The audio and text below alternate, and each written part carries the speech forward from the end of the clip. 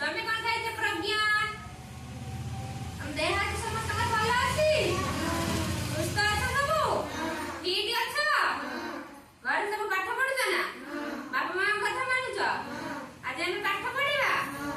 କୋଉମାନେ ପାଠ ପଢିବା ପାଇଁ ରାଜି ଅଛ? ହାତ ଟେକିଲ। ମାନେ ଆଗ୍ରହ ଅଛି? ହଉ ହାତ ପକାଅ ଏବେ। ଆଜି ଆମେ ଗୋଟେ ଗୀତ ଗାଇବି, ତମେ ମାନେ ମୋ ସହିତ କଣ କରିବ? ପାଳି ଧରିବ ହେଲା।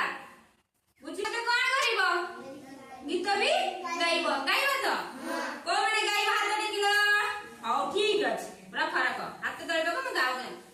ଗ୍ରୀଷ୍ମ ବୈଶାଖ ଜ୍ୟେଷ୍ଠ ମାସ ପ୍ରଚଣ୍ଡ ରୁଦ୍ର ପରକାଶ। ଗ୍ରୀଷ୍ମ